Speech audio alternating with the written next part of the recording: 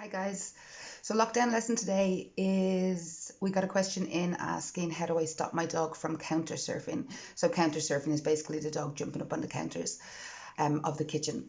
So this is a combination, like everything, is a combination of management and active training. So management wise, you need to make sure that the counters are cleared down every time that you prep food. So just spray it down with some disinfectant. Also, when you're prepping food now, if you're not doing a training session, just have the dog in another room.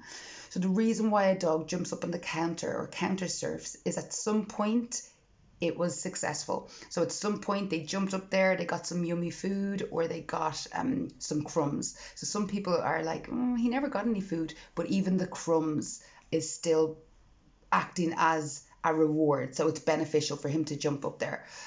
So that's management. And then active training. So your active training is you want to teach him an alternative behavior.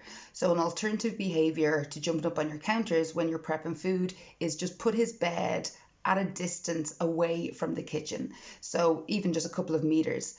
And what you're asking him to do is if he stays on the bed, you're going to get food. If you move off the bed, you're not going to get anything. Instead of it being a battle of a dog that counter surfs and you pushing him off and him jumping back up and you pushing him off, that's just a nightmare. So put a bed down about a meter away, put him in a down position and throw a little bit of food onto the bed. Then pretend, so this is just an active session, so you're just pretending that you're making a sandwich for yourself, let's say. Have the treats that you're chopping up, and every 2 seconds, if he's on the bed, just toss one over. Anytime he gets off the bed, you're just going to redirect him to the bed, drop a treat over. And at the start of this, the frequency of reinforcement, so you want to be giving him a lot, so you're paying him hard. So every 3 seconds, throw a little bit of a treat over onto his bed. So if you concentrate on this, you'll have it sorted in no time. So if you did 4 sessions of that a day, the dog is really going to learn going, oh, okay, it's actually much more beneficial for me to lie down on this bed than go up and try to get something. If I lie in the bed, she's going to randomly throw me stuff over.